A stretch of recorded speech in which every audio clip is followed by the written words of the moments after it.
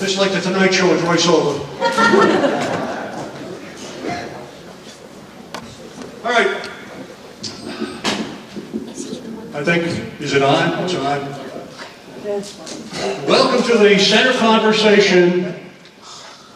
Oswego Supermodifieds, a legacy of speed at the Steel Palace.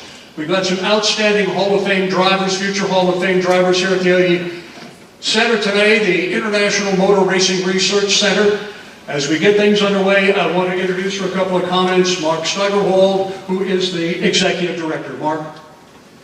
Thank you. I'll be very brief. We've got a full program today, so this is a tremendous crowd. Thank you all for coming from some great distances from what I understand. So those not familiar with the Racing Research Center, we've been operational for about 25 years now. Please come back and see us during the week for your various research needs.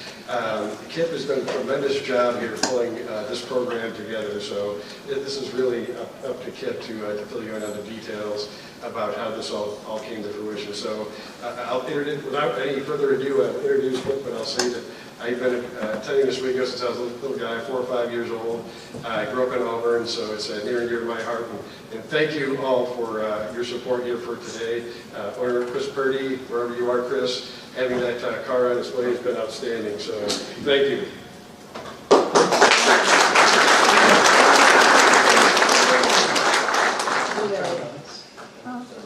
Thanks. I just want to thank everybody for coming here. I am indebted to all the people that you are going to see on the stage, the people that were in the center this morning, the Purdys, the Hobsons, that brought the car here. We did a little segment this morning on the history of the car. I learned about this car and its renovation almost a year ago, a total fluky thing, and I never thought I would even see the car again, much less be so blessed as to have it in the center. So it's been a true blessing to have the car here.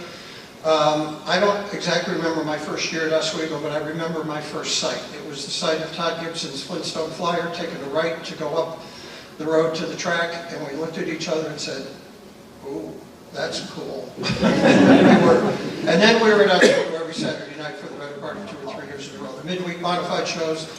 I mean, I have lots of great memories at Oswego, but I don't need to bore you with that. Let it be known that I am indebted to Roy for taking the time to put this whole thing together. I am indebted to everybody that you're going to see in the audience or up on the stage today. Thank you to Logan, our high school AV gentleman, for putting this together. And without further ado, I'll turn it over to, no, we're going to watch the video. We've got a 13-minute video that Danny Kapuzinski did for us actually a number of years ago, but it's still very relevant. It's still very, not so much up to date, but it's still very relevant. So let's get the video going.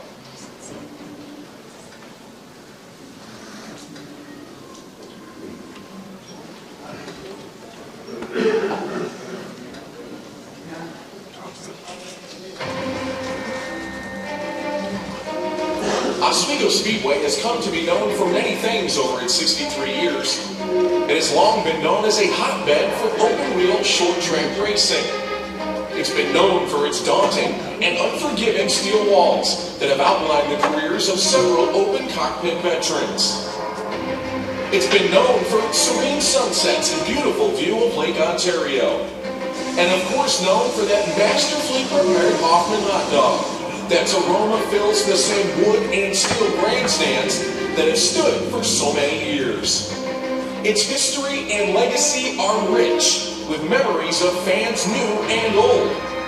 Nolan Swift rebounding to win the Classic from 2 laps down.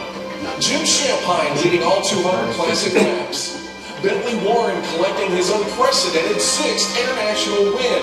And the cries of Eddie B in '83 still fill this hallowed ground and always will. And since 1961, one common thread, nearly as thick as the Speedway itself, has held it all together. The Super Modified. Above all else, the Speedway may be most known for this hybrid of open-wheel racing. This 800 horsepower, 1,800-pound beast that runs no place else in the world on a weekly basis. Indeed, Oswego Speedway is the home of Super Modifieds. After running A and B class modifieds through the 1950s, it was in 1961 that the first Super Modified, or Eagle class cars they were known in the Midwest, came to the Speedway for the International Classic. The Caruso family opened the rules wide open for that international event, one of the highest paying short track races anywhere in the country. And the event was dominated by the Midwest Invaders and their super modified creations. Michigan pilots Gordon Johncock and Art Bennett would sit on the front row in their upright, tubular, and channel racing machines, with Bennett going on to claim victory. The very next season, the Speedway would officially become the home of super modifieds, allowing the supers to compete on a weekly basis. Bennett would go on to win Oswego's track title in '62 with another Midwest shoe, Dave Paul, winning the '62 Classic, besting a whopping field of 72 cars, which saw 52 start the Consi.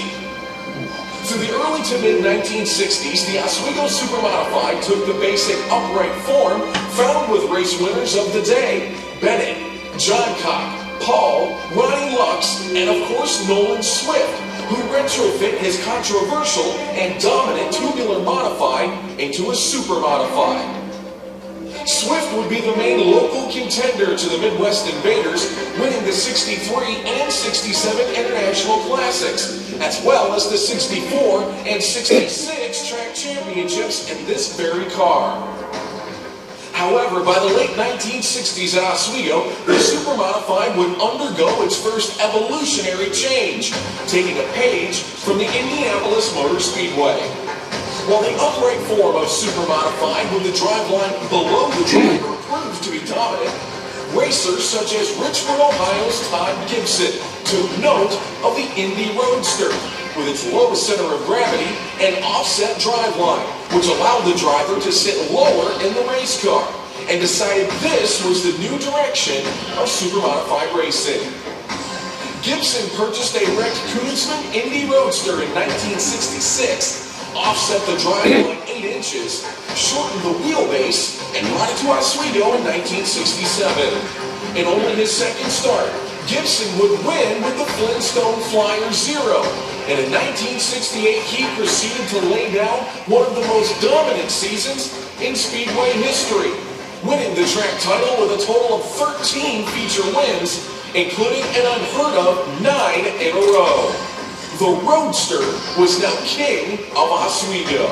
For the better part of a decade following, the Roadster version of the Super Modified at Oswego Speedway evolved locally, taking several twists and turns with different variations built by different talented car owners.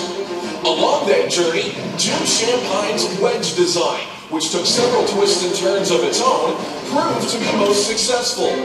Champine's wedge amassed a total of 55 feature wins at Oswego from '69 to '77, including 5 track championships and 2 international classic wins. During this, Champine's most dominant span, nearly everything was attempted to bring him down.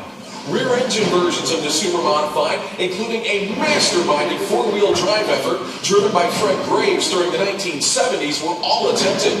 Johnny Spencer, driving the Doug Duncan-known rear-engine number 07, would actually become the first driver to wheel a rear-engine machine to victory in 1970. While the rear-engine Roadster seemed to hold the key to speed at Oswego, as it did at Indianapolis, reliability was its downfall.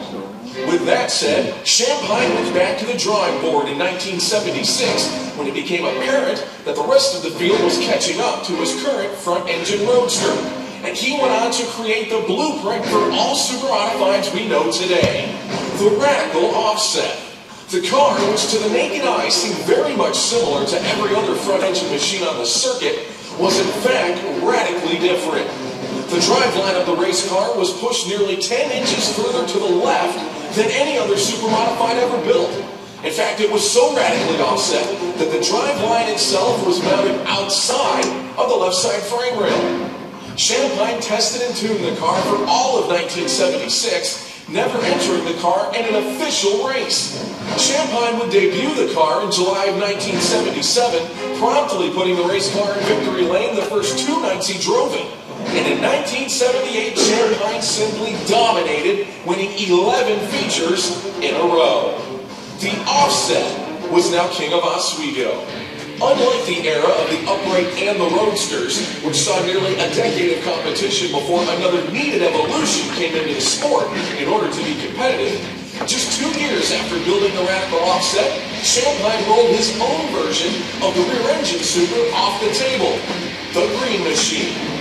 Again, taking time to prep the car, Champagne himself hardly raced the rear engine creation. In fact, the engineering whiz only won one main event in the car, which, as it turned out, could only compete during the 1979 season.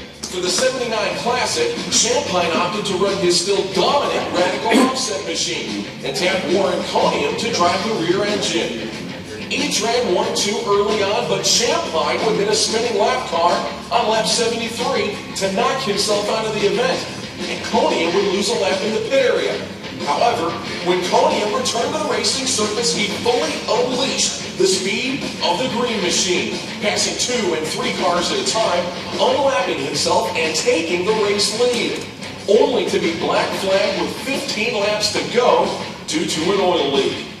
During the off-season leading up to the 1980 campaign, rule mandates would come down eliminating rear-engine super-modified designs at Oswego, essentially tabbing the 18-inch offset built by Champagne in '76 as the super of the future at Oswego.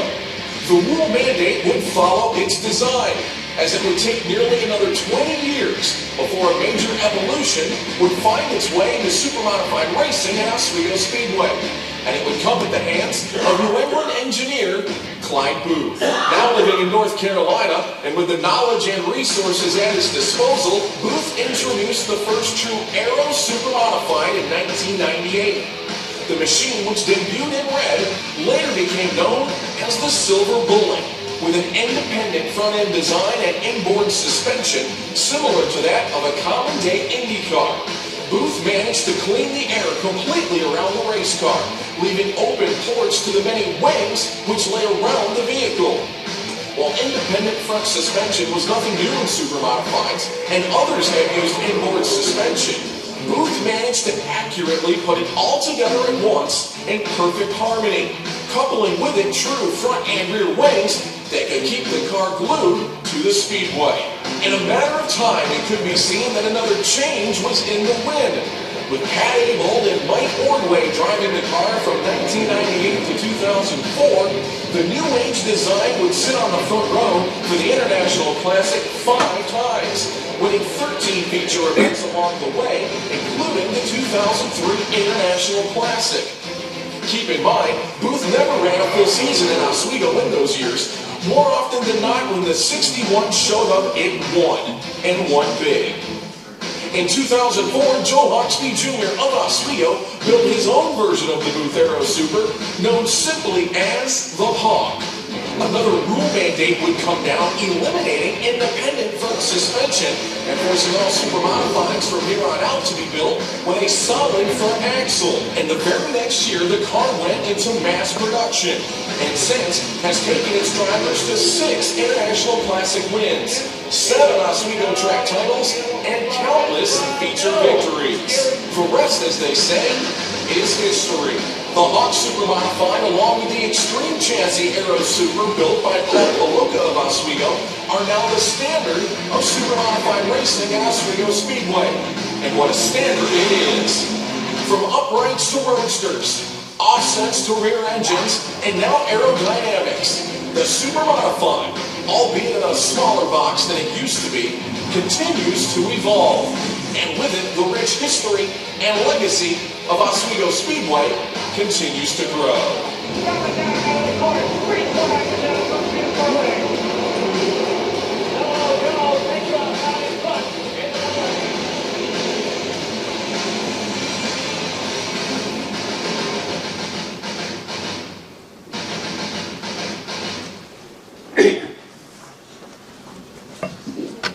I want to introduce a few people who were involved in the restoration of the Purdy Deuce.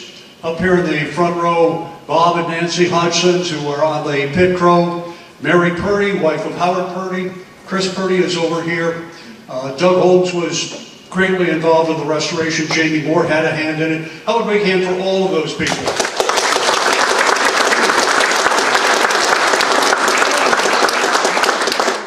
to start our program, I'm going to call on Dick O'Brien, longtime track manager at the Oswego Speedway, who was involved in the change from modifieds to super modifieds and the growth of the supers. Dick?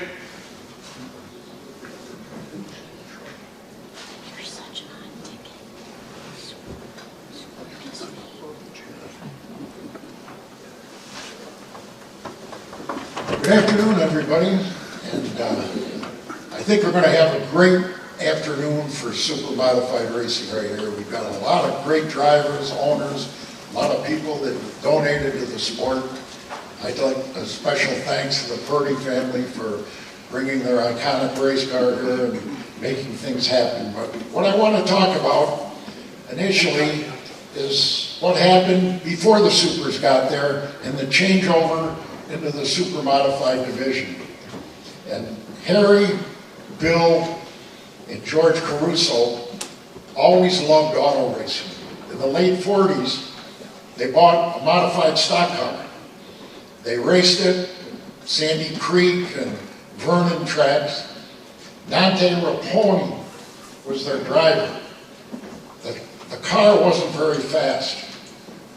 So, being the sportsmen that they were, they went out to Chicago to Andy Granatelli and bought a motor from him of STP fame, put it in their race car.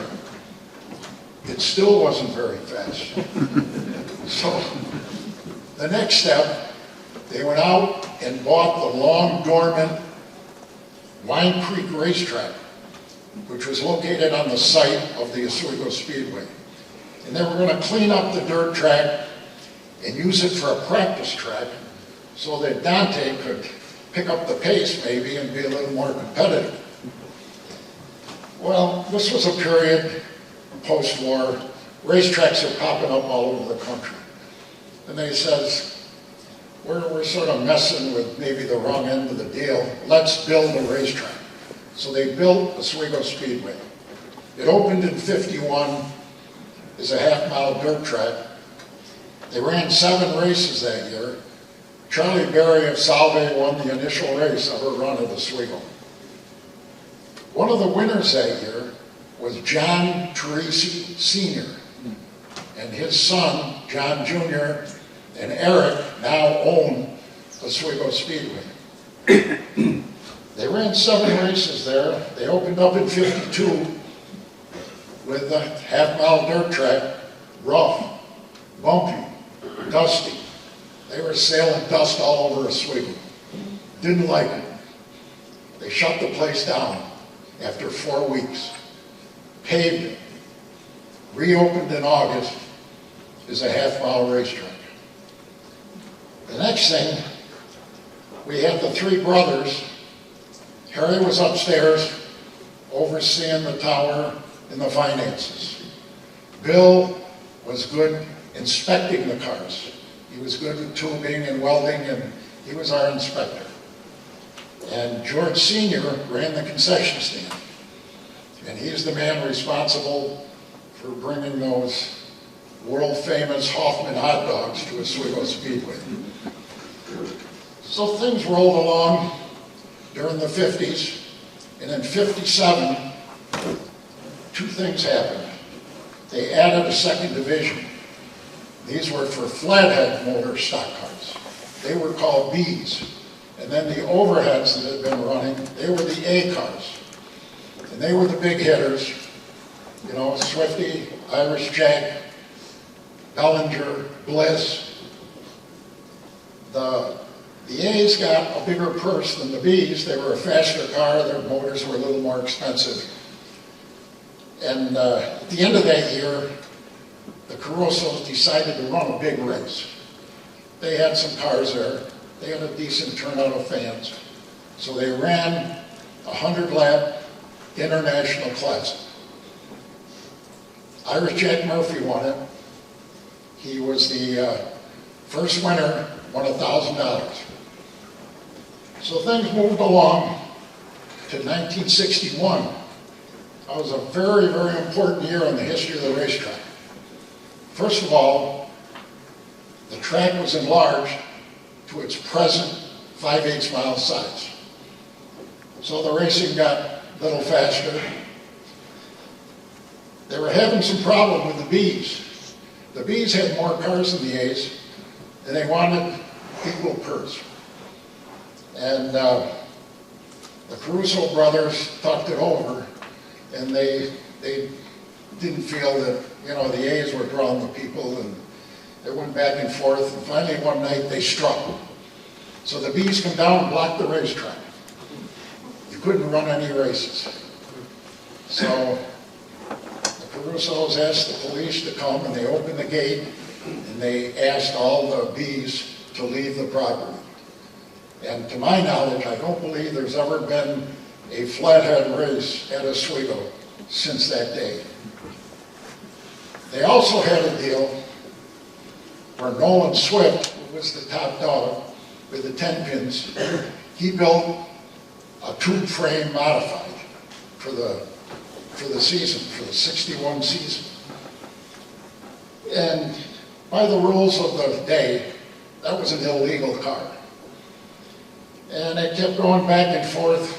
You know, he kept demanding, you know, hey, let me run, let me do it. So at the end of the year, as a compromise, they said they could run it in the Classic. And the Classic race had been building since '57. It now is the biggest asphalt modified race around. And it was billed as an open competition modified race. So what happened, cars came from Michigan and Canada. These were super modifieds, but they came under this open competition rule. And there was a real, the Carusos were in a tight spot. You had a pit full of modifieds, and you had a few supers.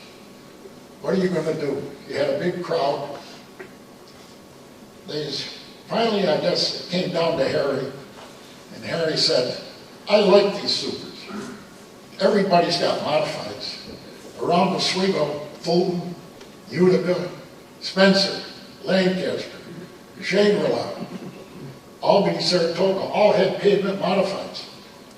Harry liked these supers. It was different. He says, let them run. It wasn't popular. They dominated. Bennett, like you saw in the video, Bennett, Gordy Johncock, front row. Bennett wins the race. A lot of grumbling fans and followers of the pavement modifieds. So what about 62? He opened the rules up. He says, we're going to run supers. Well, that sounded good. The Michigan cars come in. There were no local cars. There were no local cars. Other than Swifty, he's the only guy that could stay on the lead lap. But Harry put money into the purse. And he said, some of you local guys go out and build some cars or get some cars. And guys were taking the bodies off of cars. Jimmy Champagne was there, had an old 10-pins car. He took the body off in '62 and started his career. He wasn't very good, but obviously he picked up the pace a few years later, and he turned out to be the man up there for many, many years. But he kept putting money into the purse, and now you've got a situation, where the field is building. You've got a really good weekly show. So the next thing you know, the switch to supers was basically complete. It took a while, but it took money. He had a little motto.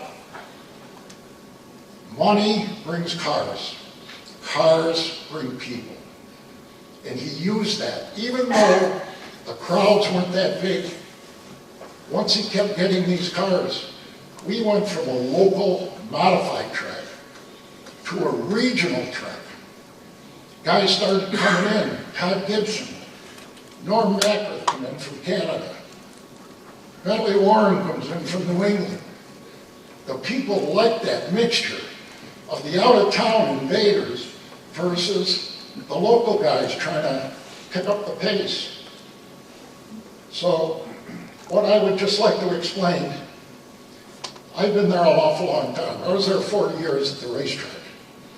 I think the most important decision in the history of the Oswego Speedway happened in 1961 when they went against the grain and brought in, well, they basically threw the modified rule book out the window and they brought in the supers. But they followed it up with money and made that class develop at Oswego Speedway. That's basically what I wanted to explain today. I got one other quick story and then I got to sit down. Roy wants to keep things moving. You know, they were running in the 60s, Saturday night, supers only. 3 heats, 2 semis, consi, 45 lap A main. I was working up there then in the early 60s, 64, 65. I used to talk to Harry. I said, Harry, we got to run a race. We got to something a little different. The classic's coming along. I said, well, what would we run? He says, well, we could run USAC sprint cars. I said, they had Indy-type drivers. You know, Rutherford, Branson, Plusky, you know, Unsers were all running sprint cars back then. He wasn't too excited about that, mainly because they never ran in upstate New York. He never saw a USAC sprint car race. I did. I used to go to Reading and go here and there to the races. And then I said, you know, if we ran a race, I think I could get Mario Andretti up here in a sprint car. Well, to an old guard Italian, like the Caruso family, having a Mario Andretti on their racetrack, that was a big deal. He said, Dick, if you can get Andretti up here, we'll run the race. So I said, okay. So I went down to Langhorne and to a USAC champ car race. I went up to Mario, introduced myself. I said, we're running a big 100-lap race in August. I said, we really would like to have you up there. He said, I'd love to go. I got a really fast race car. Wally Muskowski's my owner. He's good. So he said, I got to have some travel money, though. And I said, well, what do you got to have? He said, $1,000. Well, 1966, $1,000 was a lot of money. But I buzzed right over to the payphone, called Harry up. I said, Harry, I can get Andretti to come to Oswego in August, but it's going to take $1,000. He thought for a minute. He says, make the deal. We're ready to go. Make it. So I went back and shook his hand. We're ready to go. No contract, no paperwork, just a one-on-one, shake the hand, there we go. August comes, we're upstairs, Harry and I, we're looking off the tower roof, and long lines at the concession stand. It's a beautiful day. We're going to sell out the front grandstand. I get a call from Donnie Bartlett, pit sign-in. He said, Andretti's down here. He won't sign in until he gets his money.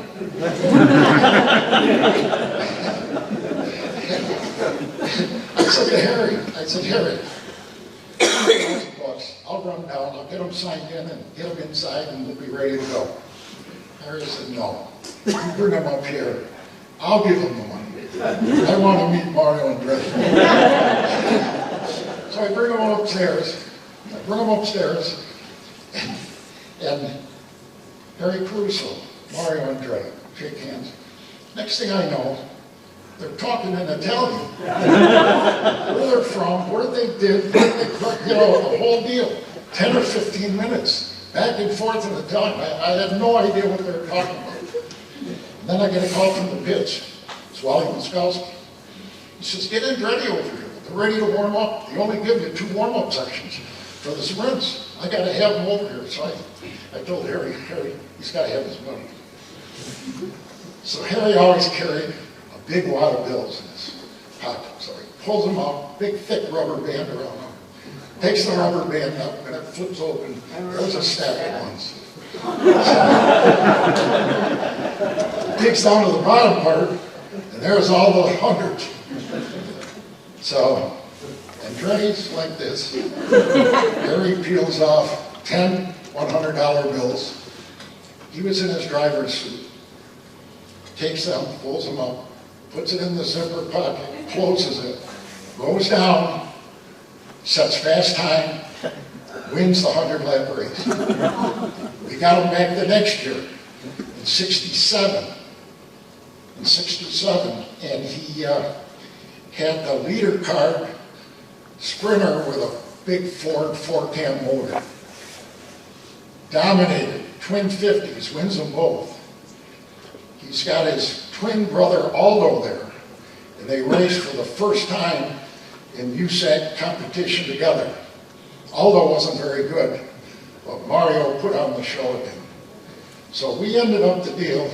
Mario Andretti's career record at Oswego was unbeaten, 3 feature wins out of 3. We were, at that time, the top super modified track in the country, and having IndyCar drivers and people like Andretti there elevated our status as one of the top pavement short tracks in the country. So that's it, folks.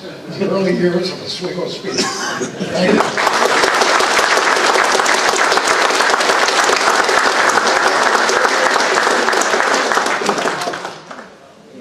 Person I want to recognize is one of the former track owners and one of the sons of one of the original owners, Romy Caruso, who's back here.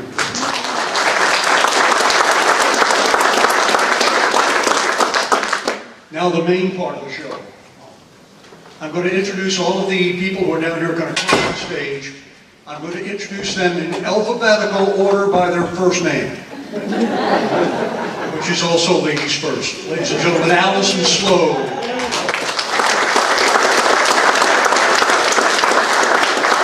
Bentley Warren. Brandon Bellinger. Dave Danzer. Eddie B in 83. John McCotra. Otto Sitterly. And Warren Coniam.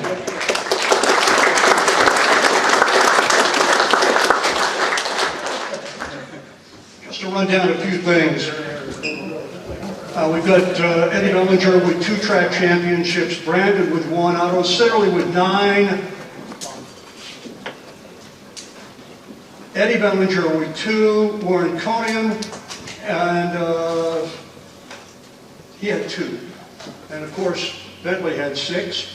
Classic wins, Dave Danzer with 1, Otto Sitterly with 5, Eddie Bellinger with 5, Bentley Warren with 6, and Warren Coniam with 2. So we've got some high-powered people up here. What we're going to do is we're going to ask questions. We've got 2 microphones up there. Do you have the mics? We're getting the microphones. We've got 2 microphones. They'll pass them around as we ask questions of the individuals up here on the stage. And I want to start out with Bentley. Ben, you won your first ever classic in 1969 in the Purdy Deuce. What do you remember most about that race? Winning. Okay, Allison, next question for you. No, go ahead, Ben. That was, it was certainly a unique opportunity for you, the iconic number 2, and to take it to the win. And then, of course, next year you left the ride. Warren Coniam took it over. You went USAC racing for a while. Yeah, so what? What's the question? Bentley can be like this. He can also be a nice guy. We got this. All right, Warren Coniam, we'll go to you next. We should get the other mic up there. 2 mics?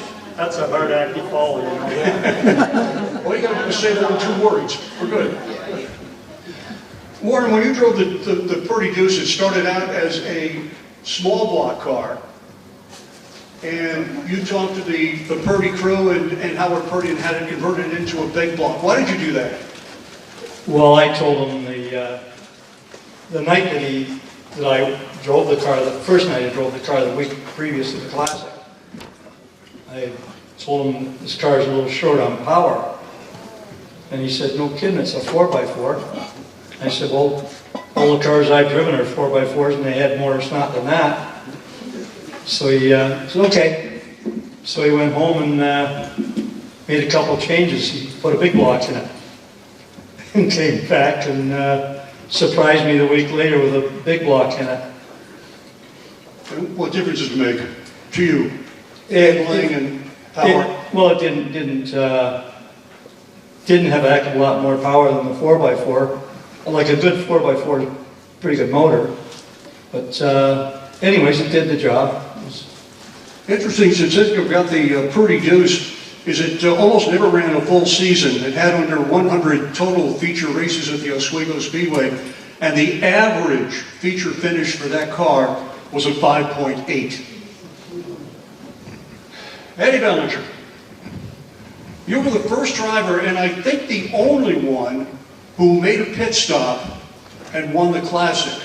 A lot of other drivers have tried it before you and after you, but you made it work that year. I know it was a plan you had going in. Why did you decide to do it that way? We just felt that the tires weren't really holding up all that great. We just kind of felt like we just had to do something to get a chance to win. And did you practice the pit stop? Oh, the boys did. I didn't.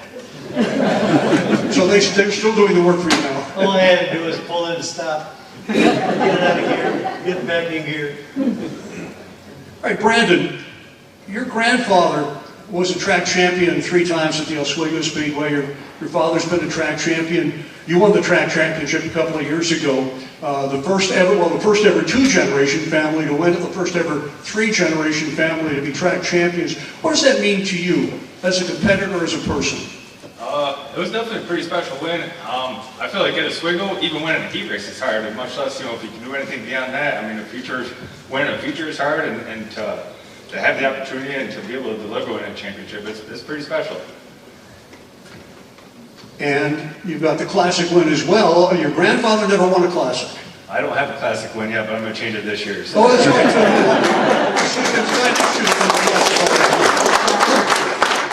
All right, Allison Sloan, in last year's Classic, you had the first ever runner-up for a woman. You're the first woman who ever won features at the Oswego Speedway. I know you yourself consider yourself a race car driver, but in the history of supermodifieds at Oswego, there have only been 3 women who have ever competed.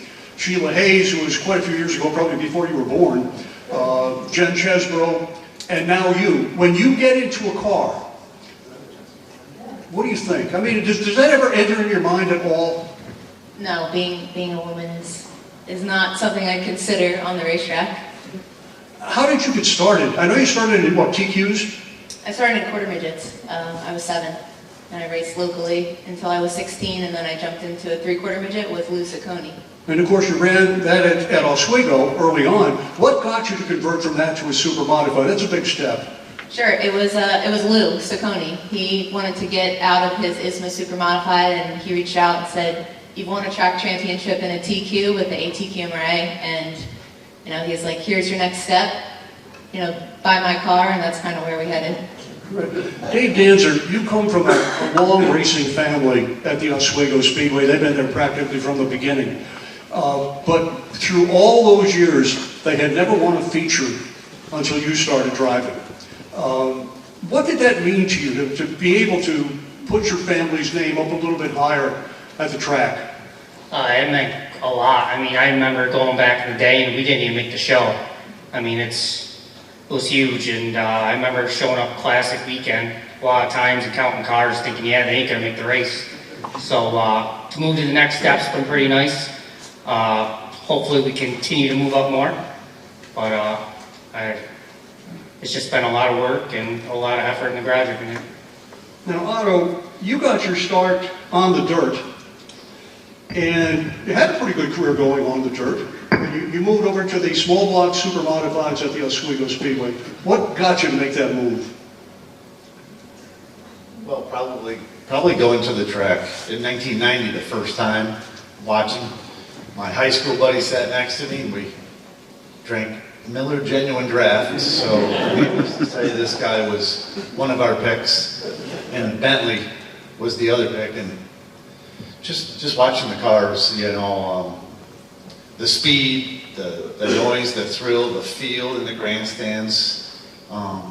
So yeah, I was racing probably a stock car on dirt then, and you know, I think I got to a point where I had to make a decision. I was going to move out of the stock car class and go into a modified type class, and then the limited super modifieds came about.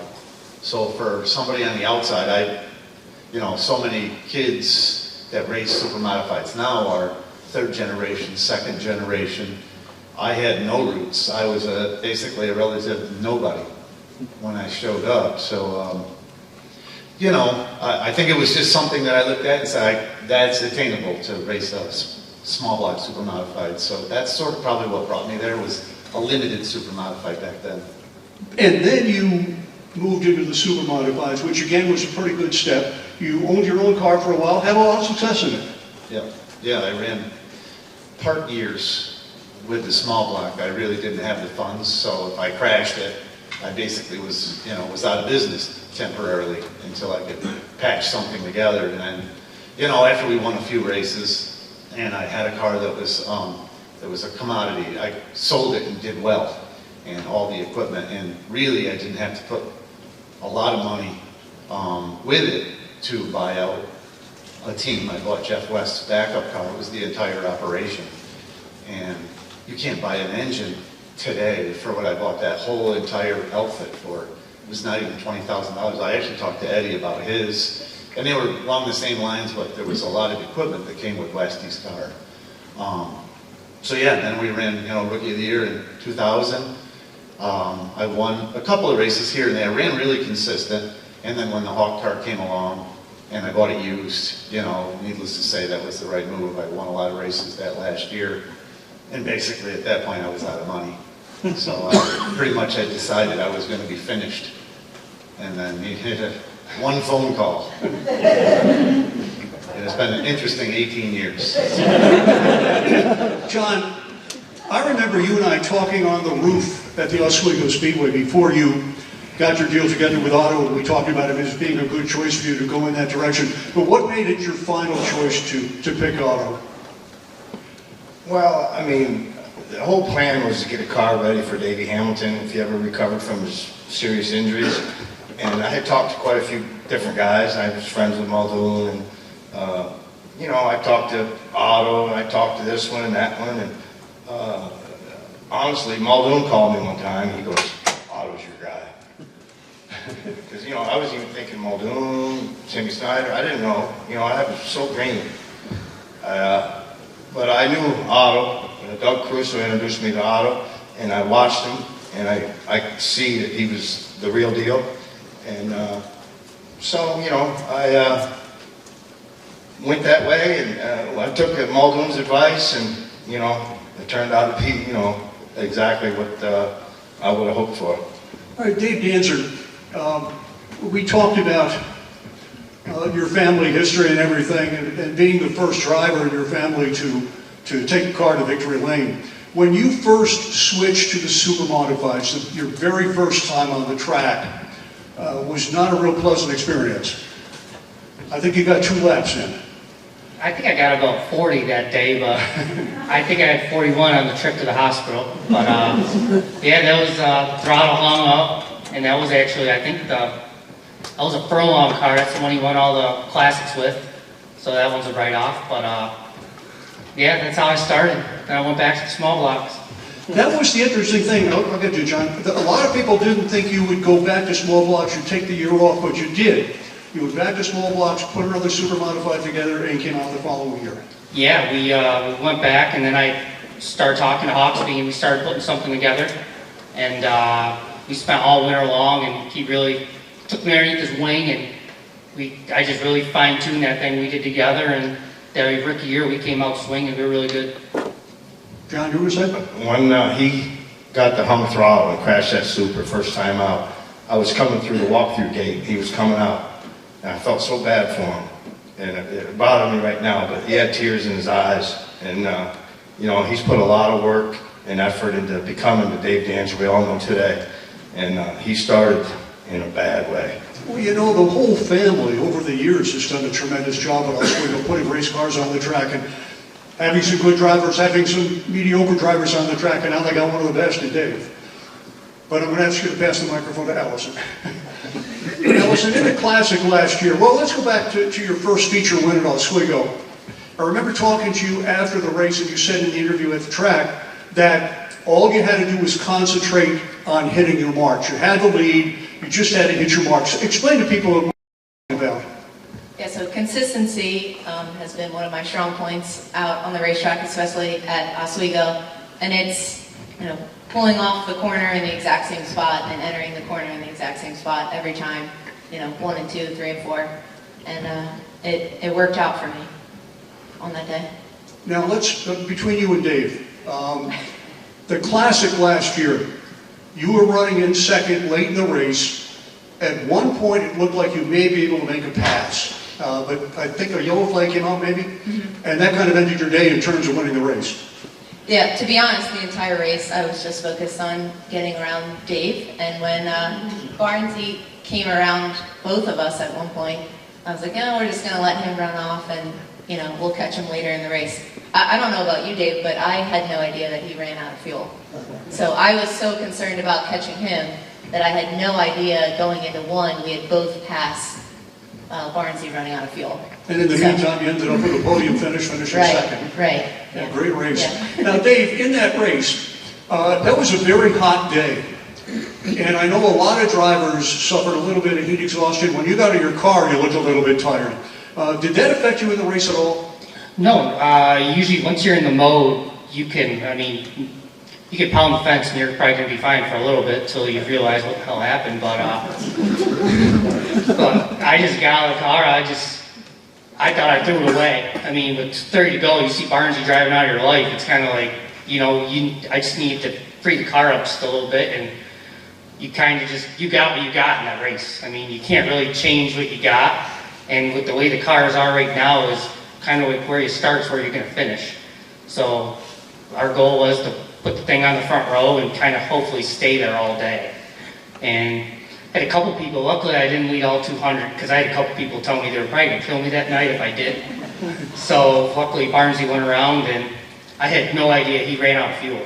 I thought that was Jack Patrick, so I thought it was between me and Allison for second, and I had no idea I won the race till Chuck came across the radio and said pull outside. So that's how I learned. Now, we've got 3 of the 4 drivers from Eddie B in '83, which Chance started just as soon as you, well, pretty much as soon as you passed for the lead. If you don't remember the race, or if you haven't seen it, Eddie B in '83, the last lap and a half of the race, Doug Heveron was running first, Bentley Warren was running second, Warren Koenig was running third, Eddie Mellinger was running fourth. Before they came down to the white flag, Eddie was able to get by Warren to take over third. And then this is where the action really started, coming out of the second turn. Now, I had started to say around lap 195 that Heveron was running out of fuel. At which point, Doug Caruso, whose brother is sitting here now, Doug Caruso said to me, "Roy, this is a dog race. You're not going to make it exciting by doing that." Doug Heveron was running out of fuel. Warren, you were running, no you, yeah, you were running third at the time. Eddie got by you. How did that happen? Well, I was right close to the back end of Bentley. And when Dougie ran out of fuel, it's sort of freight train, and I got right up into close to Bentley, and I couldn't get out and go around him. And Eddie was back far enough that he got a good run, and I couldn't get by them until I let out of the throttle to go around. Now, I think you told me at one point, other than that in the race itself, you felt otherwise you had a chance to win that feature. Yeah, well, you always go there thinking you're going to win. All right, let's go to Bentley. Bentley, you were running in the number 2 spot. going into that white flag lap. Doug had been running out of fuel. He was bogging down particularly bad coming out of turn 2. You came off the second corner right behind Doug, and he almost stopped. And you ran into the back end of him, which caused you a couple of positions. Is that when Eddie and Warren both got by you? Yeah, I didn't want to pass Dougie because he won the thing twice in a row. And they were just taking me as an invitational driver, sort of. And the car was running beautifully, and Ed said, pass him, and I didn't answer back. I don't know if we had two-way radios or not. And I didn't say anything. I just followed him, and I said, he's going to win. And I followed him. Then when he bogged, I hit him, and that's when Eddie and Warren and all of them got, that's when Eddie B in '83. It was a hell of a win for him, and it was, I was very, very happy for him, and I think I drank half of his beer. But I've done that a lot of times with him. Now, Eddie, that race, going into that race, about halfway through it, you thought your car was running pretty badly, had even given thought to dropping out. Yeah, it was just an average car. In fact, I had a real bad front end shake, so I couldn't really go in the turn very hard. And one time I actually thought about pulling in, and I thought, well, I'm not going that bad. I'll just stay here and get what I can get.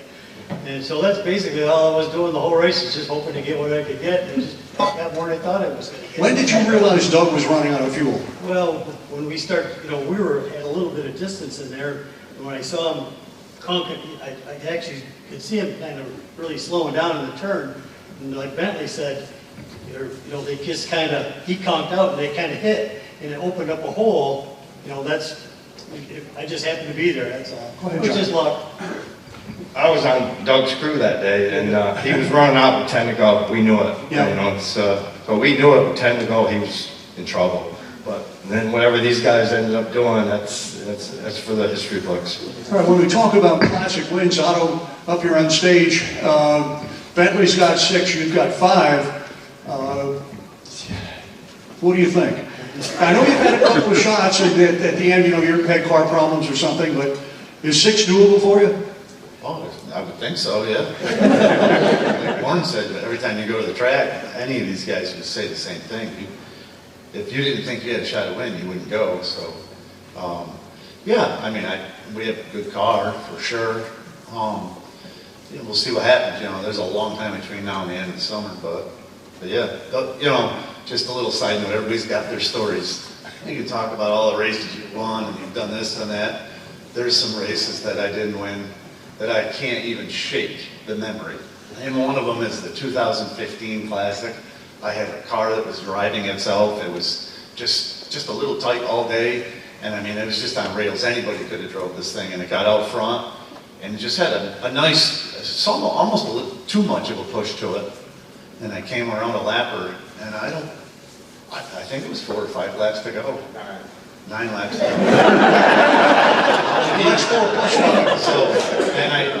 It was Brian Solis, who's a friend of mine. I helped him along when he was, first starting. And I think he got a lap flag, but it was 2 or 3 laps in a row, and he really just didn't move, and he was right sort of where I needed to be. My car was tight enough that I had to be careful.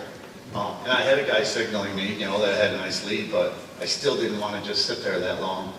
So I went down into 1, and this car never slipped the rear wheel all day. And I went to the outside, and then all of a sudden it just stepped.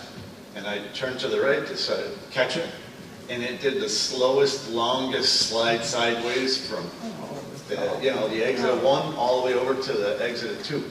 And I sat there spun out as the leader with, not many laps to go, a half a track ahead. So if you think that something like that doesn't weigh on you, the wins don't mean anything. Whenever I think of that year, because we gave the championship away too, we won 6 regular races that season and lost the championship by 3.5 points. So those are some memories that I have that don't go away. Now, Brandon,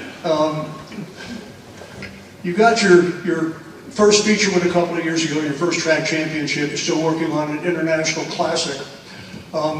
When you get into a race car, well, let's go back. When you started the 02, the first car that had the tail wing they're using now, how did that come that you were going to do it, and what did you think about it at the time?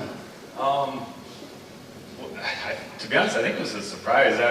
There was kind of two generations of super modifieds at the track at the time. Some cars had more engine offset, other cars didn't. And you know, the ones with more offset, they were able to get a lot of air to their tail, which we had an older generation car that we couldn't get that. So I feel like we probably got selected as being one. We were competitive, but just lacked a little bit, it seemed like. So I think that's why we got picked. It's just, you know, it was we were a competitive car that we could compare to the newer generation of Hawksby cars at the time and see how that tailwind compared to the rest. And it was kind of it was an experiment, because I think the way they set it up was, I think wherever we finished, like everyone else got moved up a spot, Right. and got paid money, and, Right. and I know money and points. the first night we went to try it was a Friday practice, and we got one time on the track, and someone had an engine problem and oiled up the track really bad, so like we couldn't even really get up to speed after that. So I think they decided, like, well, you want to try it again the next day? It was kind of an in-the-moment decision, and we were game to try it. And I guess the rest is history. Now that's what we all run. So. But there's a little change to it this year, isn't it?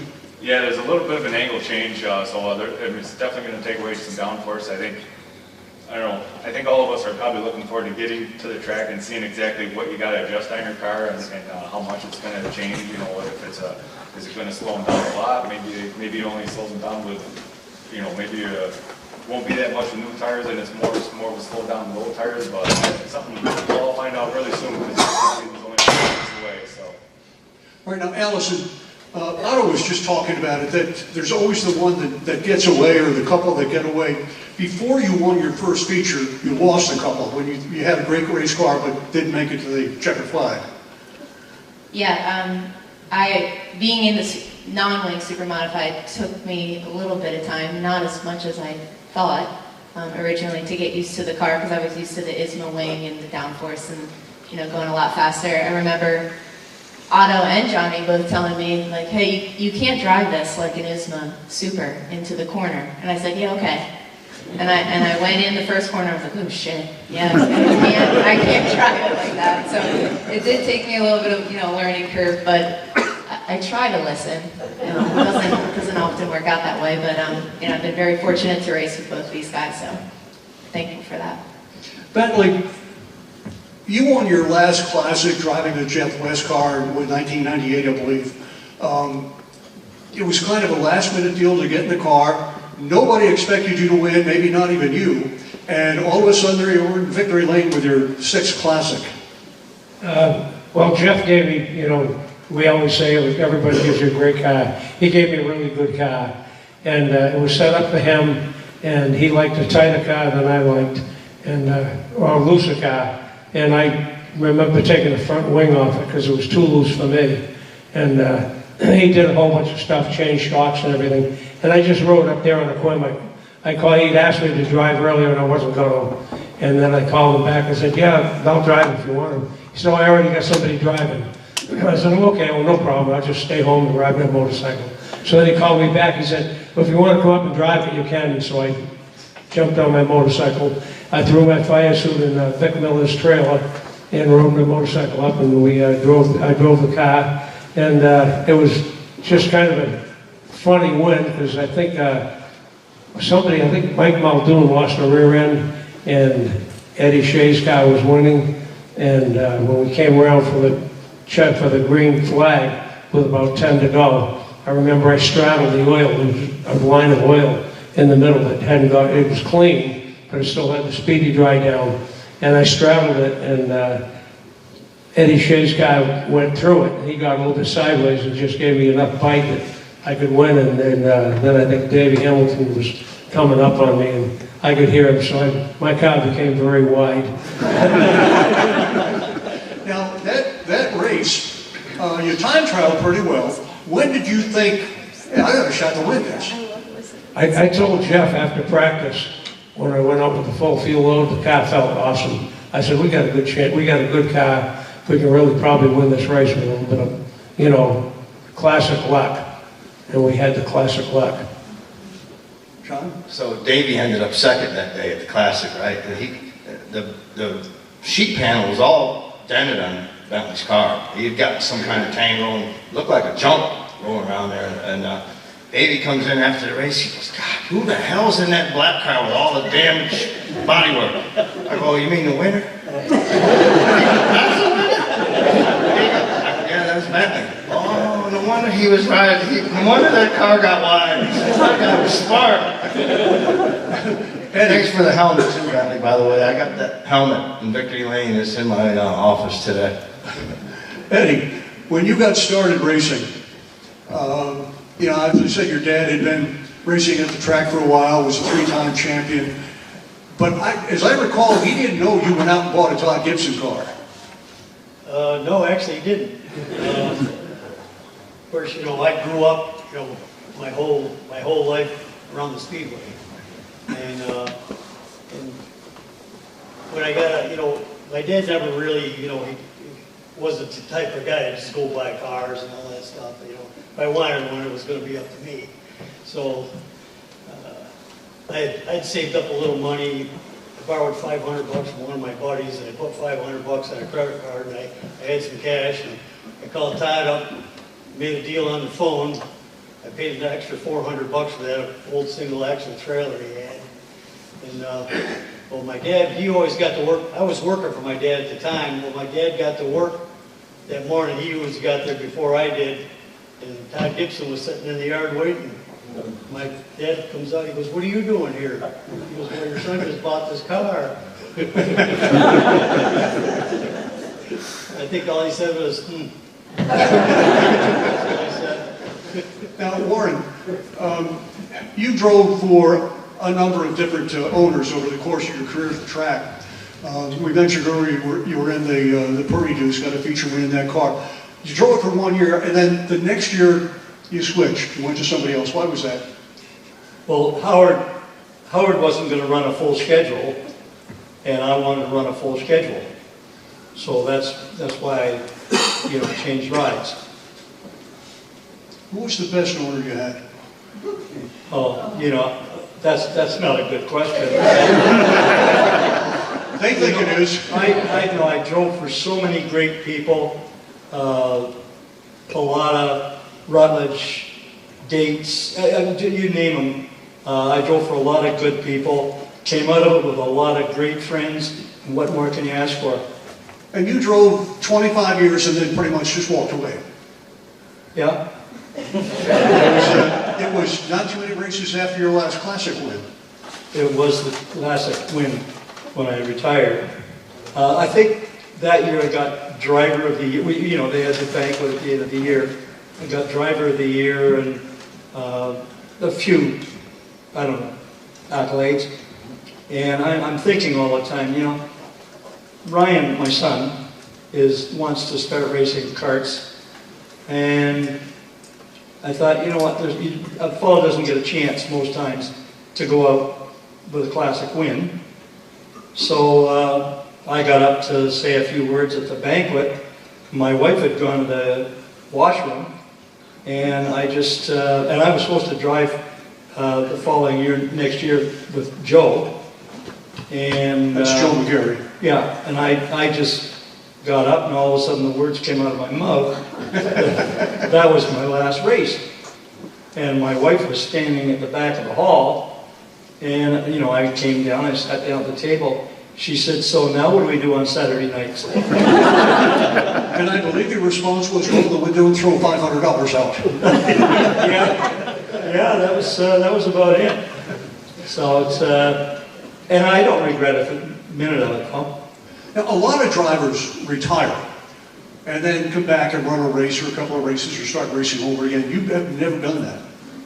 No, well, I did drive a race, well, not a race, an event up at Oswego Speedway when Brad Litke had bought the track, and they had a bunch of old race cars. And a buddy of mine, well, Al Webster, who owned Gary Witter's car, right?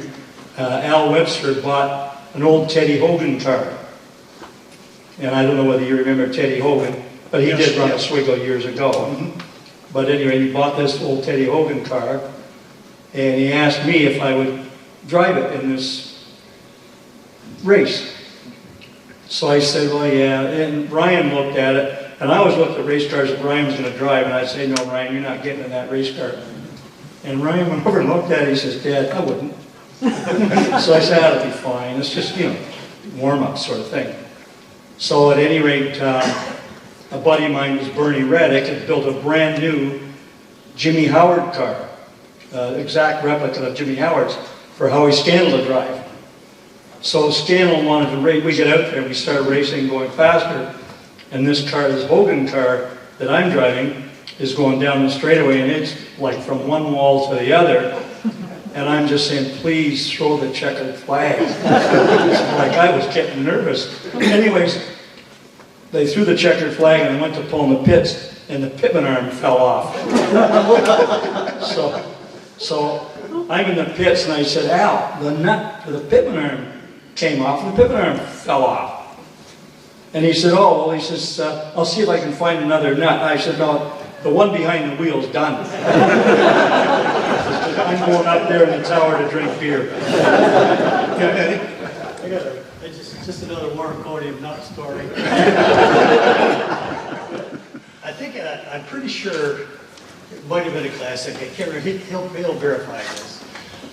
The caution's out, and he's in front of me, and all of a sudden, this wheel nut comes up and lands right in my lap. What the hell? Where the hell did that come? I'm hoping it's not mine. Well, pretty soon, about a minute later, his left rear, I believe it was flying, so that it was his. Luckily, we're under caution. All right, Dave Dancer, you had a pretty decent year last year, winning the Classic, and then going out to Vegas and winning the East-West Shootout, $5,000. What made you decide to go and do that race? I don't know. I talk to Doug Hells every once in a while, and he kind of got in my ear. And last weekend we ended up, I got a little one coming in June, so I just found out, and I go, hey, it's, I don't really want to stop racing. I just want to go do something wild. So I talked to my father. I said, hey, let's go to Vegas and try to run it. And he looked into it as well, and we started getting the car ready. Now, I've heard the story. You can verify it or not. Early on in the race, you lost your radio and it was down on the floor. And you turned in some pretty erratic laps while you were trying to get it back.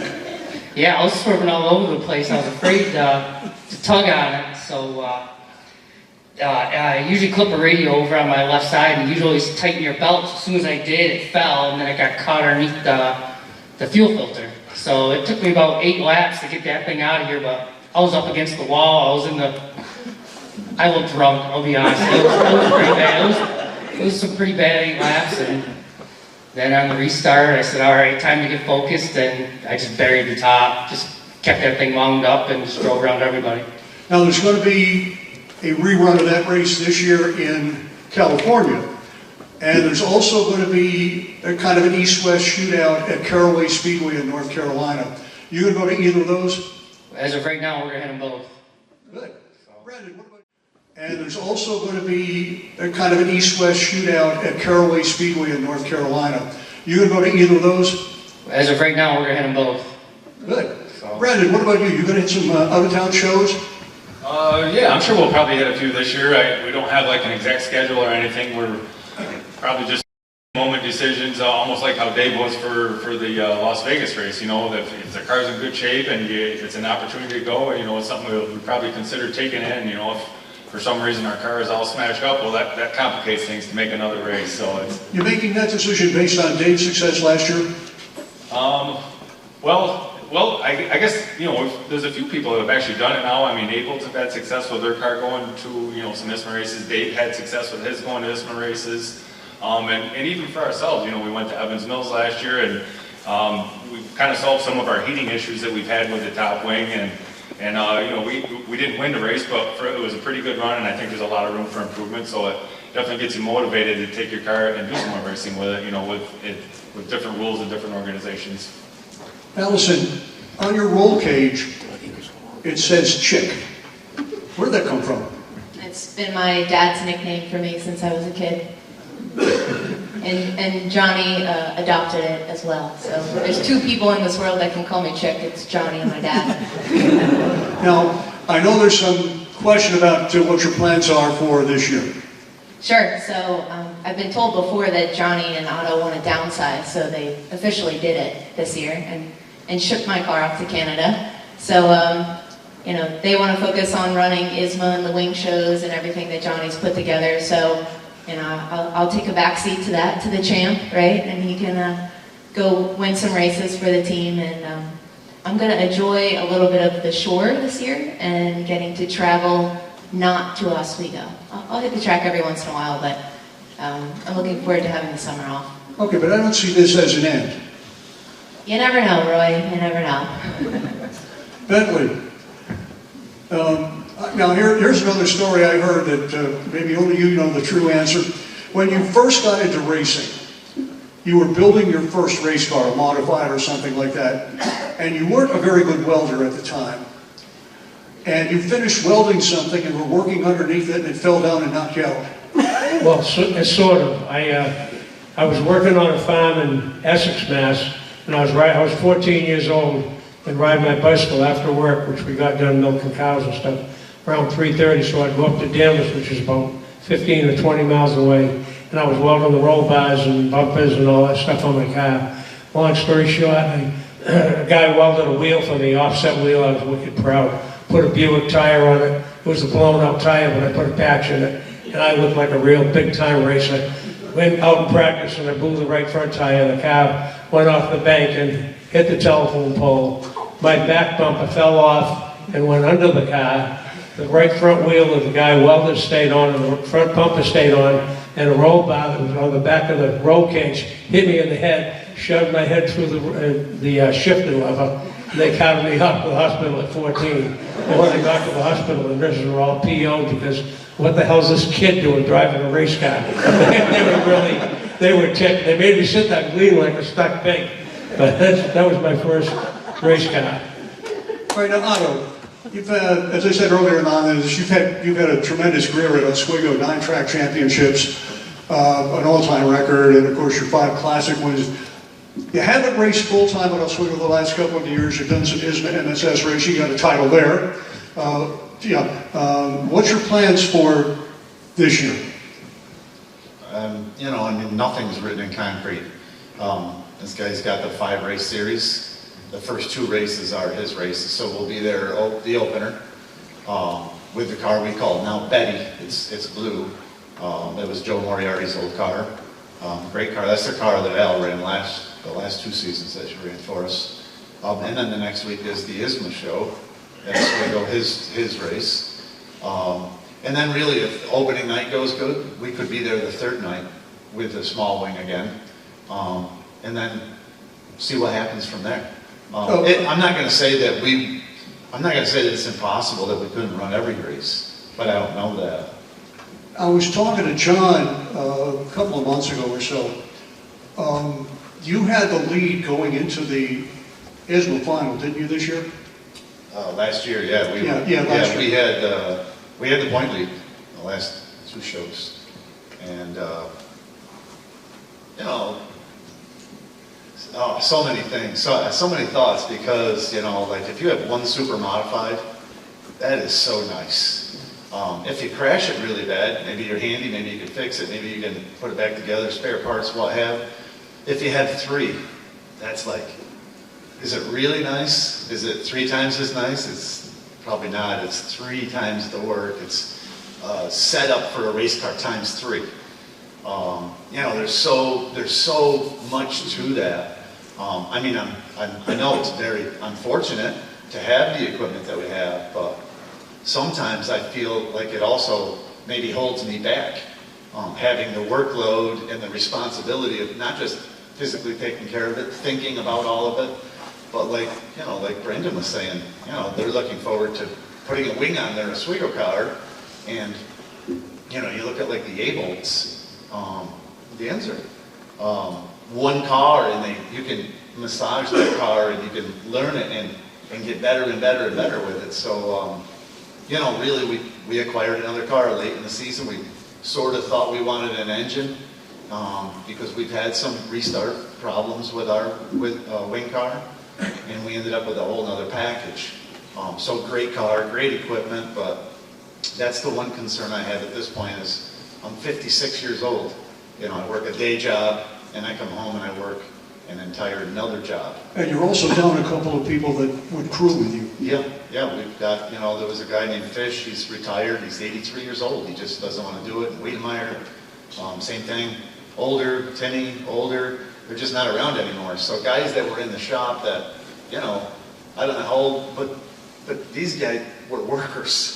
You know, this Fish and Weed and those guys were really hard workers. They weren't really a mechanic, but it's repetition. Week after week, you pick that car in the air and you peel the body and they learned what to look for. And cleaning a super modified, you would think it rides around on a pavement track. It gets just as dirty as any dirt car in a different aspect, in a different way.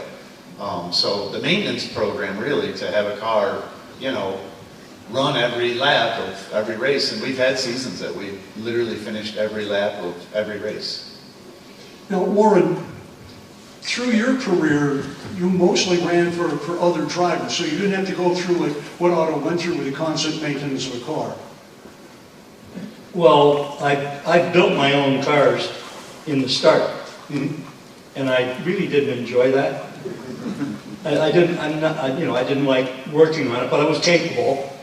But I found it a lot better to show up my helmet and my bag and get my percentage off the top. That was pretty nice. And, you know, my time was my own. Now, I did work, you know, I worked on Ryan's race cars. Never excited about it, but you do it for your kid. So it's, you know, I mean, a lot of guys really get a lot out of it, though.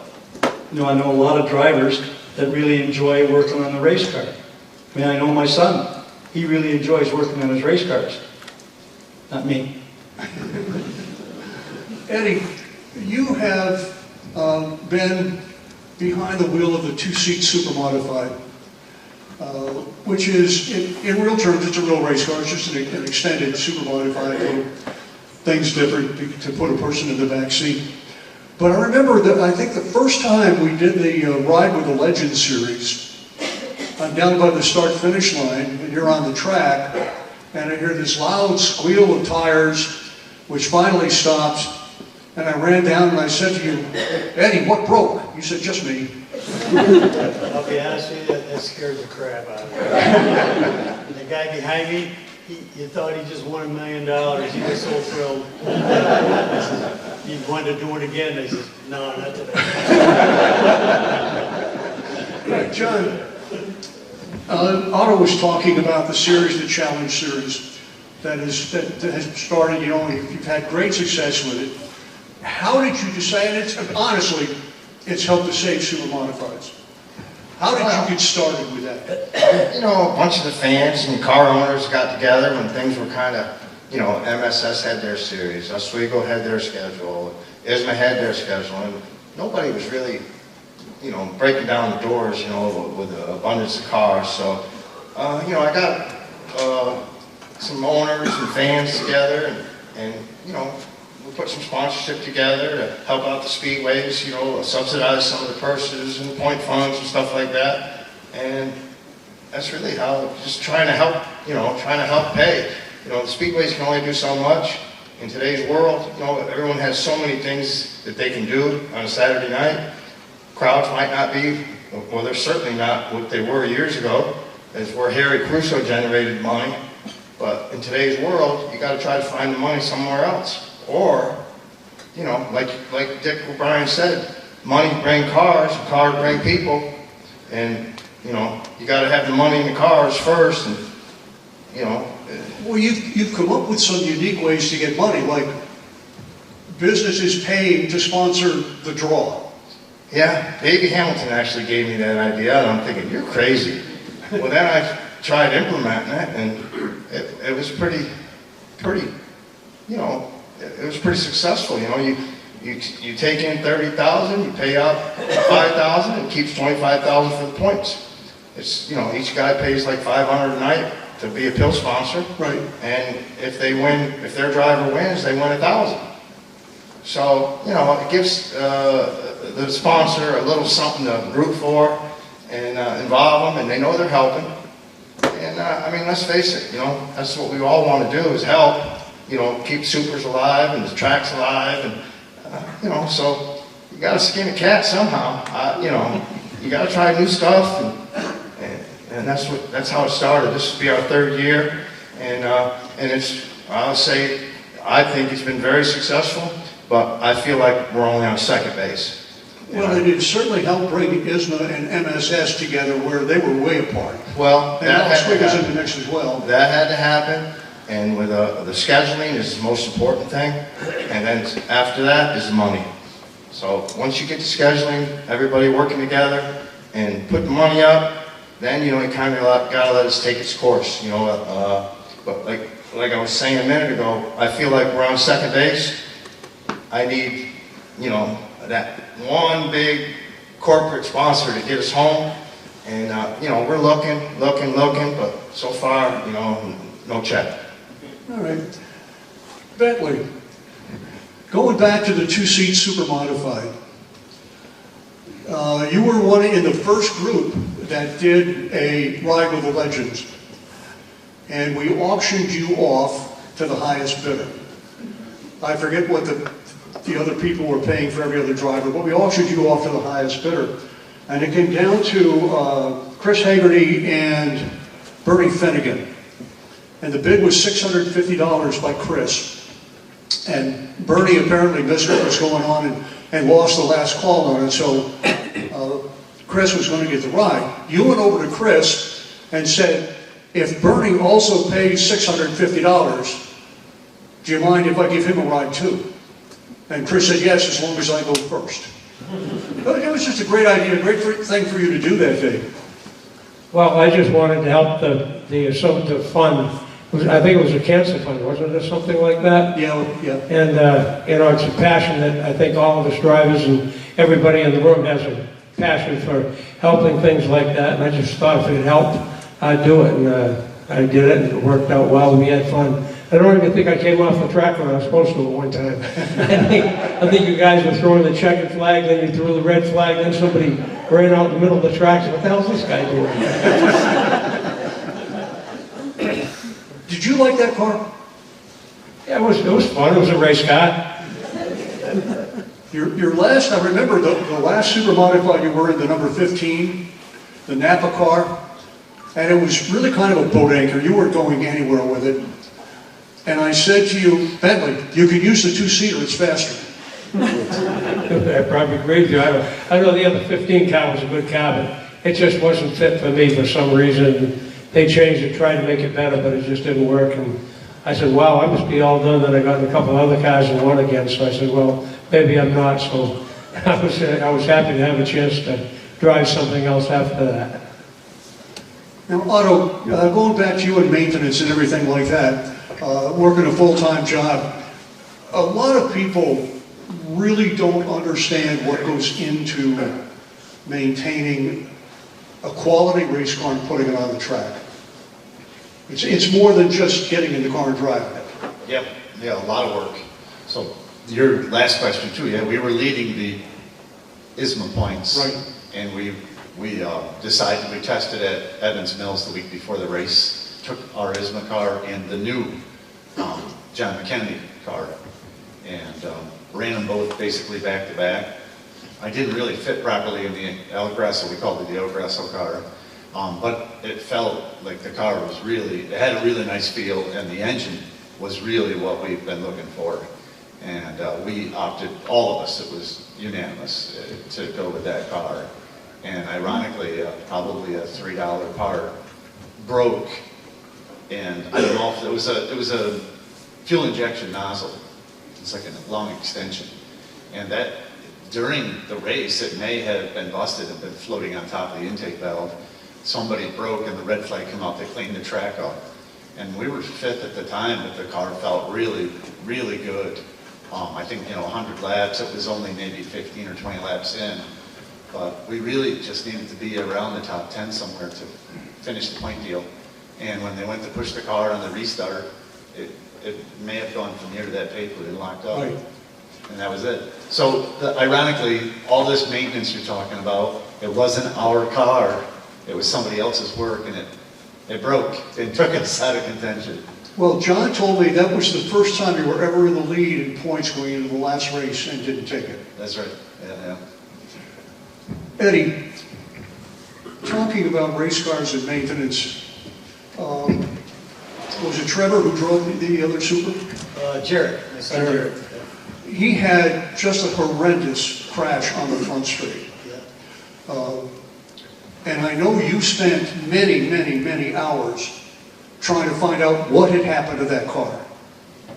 Well, we actually kind of stumbled onto it. We didn't really know at first until I started looking at it. And basically what happened was, it was kind of a Hyman's fault, but it was a little bit my fault too, because I had a washer, just a safety washer over in behind the Hyman, just in case it ever pulled apart. And then my washer was just a little bit too small, so the Hyman actually came right off.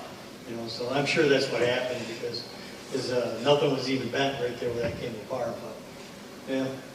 Has he ever thought about racing again? Yeah, I'm sure he probably would if I said, "Here, you want to go?" But we don't. I can't race. I need a crew. He's our cameraman, so my kids are my crew. So. And back to Dave, talking about things that happened like that with your stuck throttle. It's just one of those things that you can't go into a race and say this may break because you think it's all set before you ever get in the race car. And when you get in the car, you think it's going to have a stuck throttle. Yeah, we were trying to get the car to run for like 3 days, and it ended up being a mag issue. So the entire time we thought it was injection, so we kept screwing with an arm, and then the arm stripped, and my father had an arm sitting on the wall. He goes, "Hey, this will work," and he put it on, and it lasted for a little bit. And then it came loose, and the throttle went over. So you learn your lesson pretty fast with these things, especially. So every time I go out the back pit gate, I always give it some throttle, and first thing I check, make sure that throttle comes back. Now, Allison, you haven't been in, I don't think, any real serious crashes at Oswego. Have you been in any bad crashes? One? John says you've been in one. Yeah, one that basically totaled the car.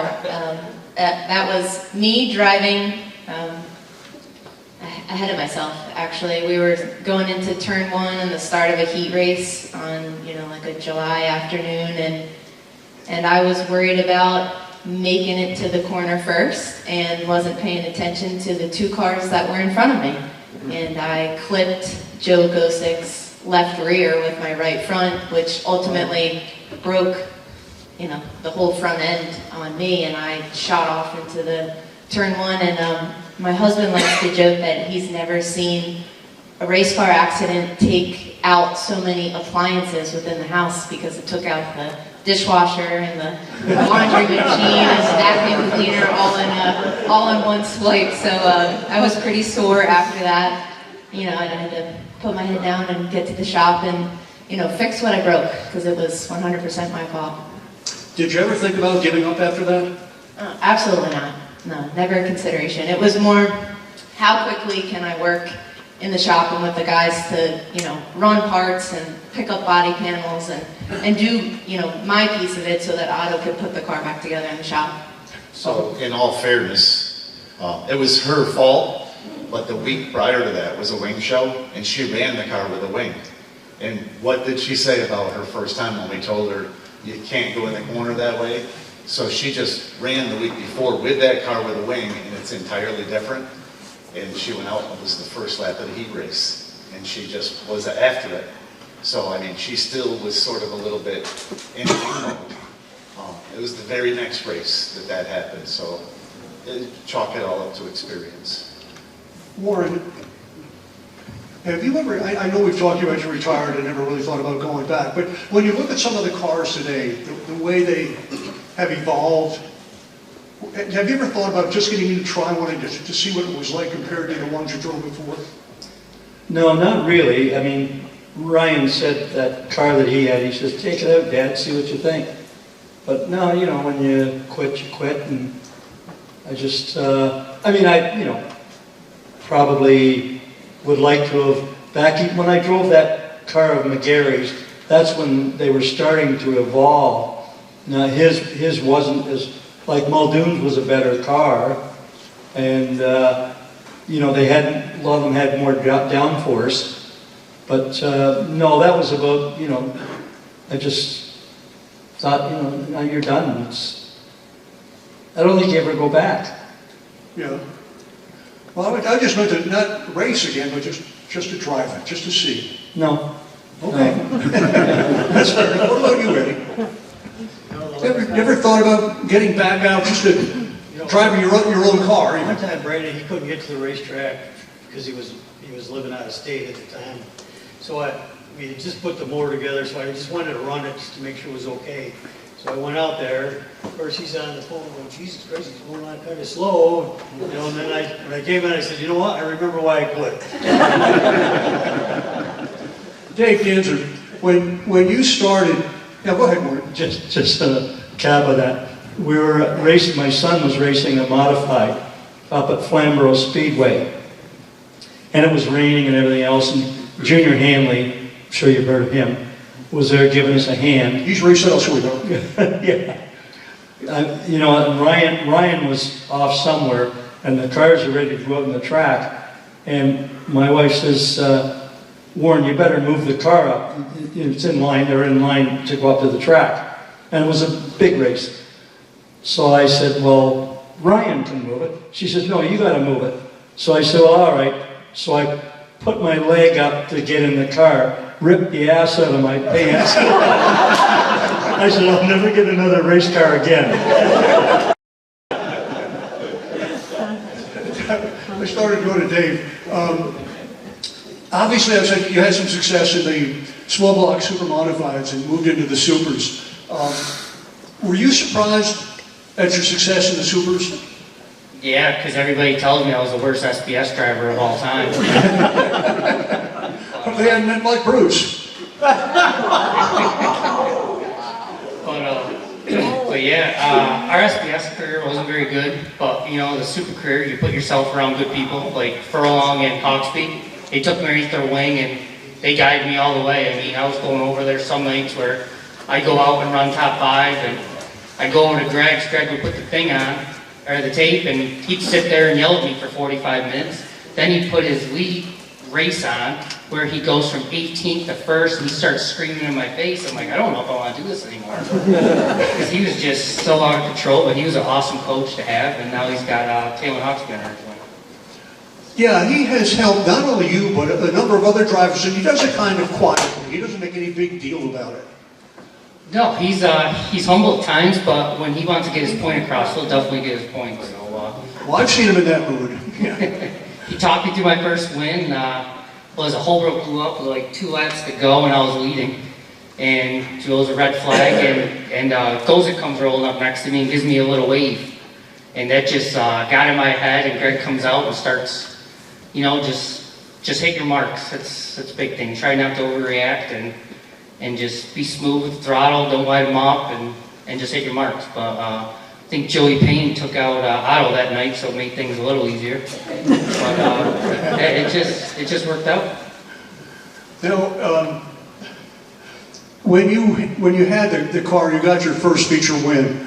I know your dad, Craig, you know, as I said, family has been involved in racing all the time. He was, let's just say, very emotional with you in Victory Lane. Yeah, I mean, he started in '86. He traded a boat for a race car. So all them years going in there, and you know, I think they had maybe 2 top 5s.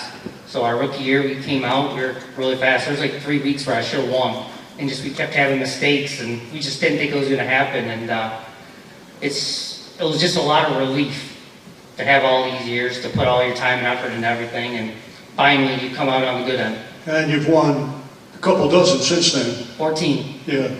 Brandon, same thing with you about winning your first feature in a super modified. Now, first of all, you haven't driven anything else before that, right? No, just a super. Okay. Like any other driver on the stage, you probably lost a couple of races before you won your first. Yeah, actually, I think the week before my first win, we had a real good run going. It was actually, I think it was the first time they did retro night, and I was actually racing Muldoon too, ironically enough, and we we were both going for the lead, and we made contact and kind of bent our right front up, so it didn't go very good after that. Ended up not finishing good. But then, yeah, the following week we ended up winning the following week, I think it was, and it was definitely it's a feeling of relief. Like there was a period for me, like when I first started, it was kind of the older like the shovel tail super, and we had some pretty good runs towards the end of the year, and then we did some ISMA racing and built our own car, and when we built our own car, it was kind of a struggle. Like we just, I don't know, we weren't even working on handling problems sometimes. We had so many other problems, and you know, not a lot of great finishes, and certainly like you get your first win, especially like for me, I saw my dad win 1 million races. It's like, Jesus, I'm at the back of the field. I gotta do better. So when you do finally get going good and get your first win, I mean, it's a feeling of relief, excitement, all the above. Well, Allison, the same question that we talked earlier about, you lose some before you win some. Once you win your first. It's a tremendous confidence builder. Yeah, it was. I had really big shoes to follow with Otto, so I didn't want to disappoint the team, and you know, I kind of, on a whim the year before, we were getting out of ISMA racing, and my dad and I didn't really want to put in the time and the effort to work on a car anymore and travel as much as we were doing, so we saw that, I guess Schulich jumped out of Johnny's second car, and I had never spoken a word to Otto or Johnny before my dad made the phone call after the Classic one year and said, hey, heard you have an opening, can we come run?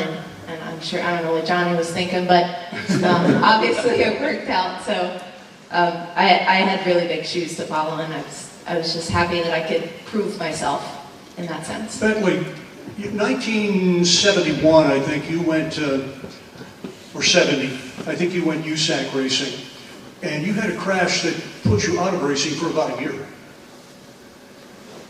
Yeah, I was running a sprint car, and it was just kind of a bad wreck I had, and I ended up in the hospital for a while. And actually, Mary Purdy saved my foot because she was a nurse or a technician in the hospital, and she was in the hospital when I was in the emergency room, and they were going to chop it off, and she said, "No, wait a while." And I said the same thing, and ended up the doctor in Toledo, Ohio, fixed me up pretty good, so I could drive again, and I could ski again, and I could do all kinds of stuff. So I had to thank Mary Purdy and Howard Purdy, and I just wanted to say one thing about people were talking about early driving, and the first time I drove Howard Purdy's car, it was a thrill, a huge, huge thrill, and I had huge shoes to fill, like a lot of people here from Brandon, trying to fill his father's shoes and stuff like that, and I was trying to fill Otto's shoes. But I was trying to fill Ronnie Lux's shoes, which were impossible to fill. But the first time I drove the car was in practice, and my foot the green flag wasn't out yet, and I was so nervous that my throttle was going bum, bum, bum, bum, like that. And finally they threw the green flag for the practice, but I thought I was going to break a drive shaft or a U-joint or something in the car. But it was just such a wonderful car to drive. That's all I wanted to say. All right, Otto, since you're holding the microphone, I'll ask this question. It's from Dan Walensky. Is there any race that you can recall that was just a lot of fun? You enjoyed that race more than any other race you've been in? Oh, boy. That's a good question. Yeah, you know, anytime you win, but usually, you know, all the work you put involved, the fun factor really is about an hour time window at the end of the night, when maybe you think you have the race won, and it happens, and then you and all your buddies are celebrating, and that might last about an hour, and then you work for a whole week to try to go back to get that hour again. Yeah. What about you, Eddie?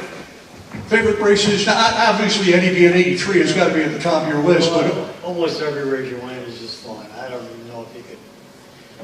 Probably 83 was just because there was so many people that never left. You know, there was like thousands of people that never went home. They just stayed. You know, it was just a weird situation. You know, and just a minute ago you mentioned Dan Walensky's name. You know, his dad built a lot of supers back in the day. Right. A lot of people know that. you know, I mean, I've talked about this several times. Warren Coney, going along with the same vein, what about you and the most exciting race you ever had, or the best win, the best field you got? Well, you know, every win is great. My first win at Oswego with the Rutledge car was great, of course. You know, seeing the smile on their faces. But I would guess rear engine car, Champlain's, was probably the most fun I'd had in a race car. I mean, I knew it was fast, you know, when I was warming it up. But just to get to drive for people like Champlain, you know, calling you and ask you to drive it. And Kempton Dates, he came off a winning championship and puts me in his car. And I drove for a lot of great people. And I came out of racing with a lot of good friends, you know, they're sitting right here in this room today. It makes racing all worthwhile. Now, what about the Champlain car? That race really ended the rear engine cars at Oswego. Had you not had the leak in it with 15 to go, it was the obvious winner of the race. That was, to watch you, it was an effortless race. I mean, you didn't seem like you were ever in trouble, that you were battling the car, ever having a problem with it. No, I mean, that car would just go anywhere on the racetrack. I mean, everybody, you know, you get up in the dirt near the fence and the car's in the fence normally, that car would go anywhere. Yeah. It was just, I mean, it was a great car to drive. And I mean, hats off to Jimmy, he came up with a great piece. Do you think the rear engine cars totally should have been banned? Well, you know, I think to run rear engine cars with roadsters would probably be tough. And that there's not a lot of people, at that time, there wasn't a lot of people capable of building a car, you know, like that, I don't think. And you know, there've been a lot of rear engine cars that have been tried and just, you know, didn't finish. So I would guess they probably came up with the right idea. Probably going back, probably that roadster that Jimmy Champlain is the one that's really made antiques out of most of the cars when he came up with the, you know, the radically offset roadster. Well, then that's one of the reasons why the track decided to ban their rear engines at that point, because the Champlain car had just revolutionized super modifieds. People were still trying to catch up with that, and now here's another one that they had to try to catch up to, and it was much more sophisticated. Well, like Eddie and I used to joke about, we had, what, 12-inch offset race cars, and all the guys were running 19s, and we used to joke about when we'd finished, you know, 1 or 2 or 3 in the feature, we used to joke about having the best antique in the field. All right, Eddie, every track has some good rivalries. Not every driver has a rivalry, but every track has some good rivalries. And at Oswego, you had a good rivalry with Steve Joya, to the point where when the 2-seat super modified came out, I asked you to drive the car, and you said you would. And I went and I told Steve and Pat that you were going to drive the car. And Steve said to me, "How did you get him to do that?" I said, "He likes me." This is true. Right, but what about rivalries? I know you had one with Steve. Anybody else? You know, I never really, you know what, I think we all have a weekly rivalry, but sooner or later, you know, we all get over it. Being mad at somebody forever is a lot of work. So, I don't really, carry that stuff on forever. Dave, anybody you'd like to beat on the racetrack, the one person you want to finish ahead of, no matter it's 10th or 15th or 1st? Otto. I mean, I think everybody down in Oswego looks to beat Otto, because that's who, like, right now, he doesn't race there weekly, but he's still the guy that you want to go in and beat. You look down, you know, turn 1, that's the best in the business in 1, so if you beat him that night, you're partying pretty good. But Brandon, what about you? I don't know, I'd say every competitor, really. I mean, there's, you know, even right now, there's still a lot of fast cars, fast drivers, hardworking teams. I mean, you know, I don't know if I can single one person out that I want to make sure I beat, because kind of like other people have touched on earlier, when I go into the night, I want to win the race, and so there's a field of cars that you're going to have to beat to do that. So, Well, you got the microphone in your hand. 2024, you'll be racing at Oswego. What are your other plans? Well, definitely going to focus on Oswego. That's something, you know, we've done for years and we're going to do again this year. You know, running the last race at Evans Mills last year kind of gave us an opportunity to finally cure our a heat problem that we've had in our car, and the foot box just getting too hot and burning up. So I guess having solved that and finishing a race with a wing on for once, I think it gives us a little more optimism to put the wing on a few times. And you know, as far as picking it out, it's kind of something like for us having one car, it just sort of depends on how the week prior goes. If for some reason our car ends up all smashed up at Oswego, well, that complicates going to a wing race after that. So it's just kind of something, for us it's easy to decide in the moment. We're last minute on everything anyway, so. Okay, Dave Dancer. Same question. What are your 2024 plans? We talked about you're probably going to go to California, maybe Caraway, and the Oswego Speedway. Is that about it? Yeah, I plan on running a full Oswego schedule, the Oswego wing and the ISMA wing. I'd really like to maybe hit the high miler and maybe run lead too. Try to support as many super shows as we can. So that's the plan for right now. Okay, Otto, can I get the microphone down to you?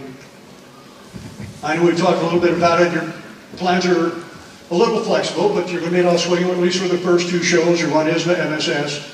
Yeah, you know, if we were successful the first 2 weeks, then we would probably try to go, you know, so maybe Johnny says, stub our toe kind of thing. You know, I don't know, it's going to Berlin and all those places with work, with travel, with help. You know, it's a really tough thing. We've done it the last 2-3 years in a row, so it's, you know, I don't know. We want to race, but it's just, you know, work commitments, all that. We're going to just have to take it week by week. I'm not going to rule out running every race that we could run, but we have to see. And the high miler, Sandusky, will be there? Yeah, I think so. Okay. By the way, folks, there are two photos up here on the stage. And there's a pen here. We would like anybody that wants to come down to sign these photos to please do so before you leave. That's about it. I'm going to start with Allison and come across one by one. Just any last thoughts on super modified racing here today? Anything? Yeah, you asked earlier about a really fun race. It wasn't a race that I won, but it's a race that I raced Otto against in an ISMA Super at Oswego. And the best part of it was hearing the entire crowd boo him after I got out of the race because they thought that he was jumping the start, and I actually had a stumble in my motor, and it ended up being a fuel pickup issue, which the crowd didn't know that at the time. They just had thought Otto was kind of being Otto, and it was we had a really great time after that race, you know, just busting balls and having a good time, and that's just something that's always stuck in my mind with racing. All right. Bentley, thoughts on your career? I don't know, I've had a hell of a lot of fun, and met a lot of friends, and I did all my businesses came from learning stuff that I learned on race cars, all my friends, and it's just been a wonderful career. Knowing all these people and doing all the racing and meeting everybody, I can't ask for anything more. Okay, don't give the mic away yet. The photos up here, I made a mistake. It's only for the people on stage to sign. And me, I can sign one if I want. Bentley, the Deuce, when it leaves here this afternoon, is going up to Bentley Saloon in Arundel, Maine. Nice. And will be on display. If you've never been to Bentley Saloon, you need to go. It's a fantastic place. He sells more t-shirts and hoodies than any racetrack in the country.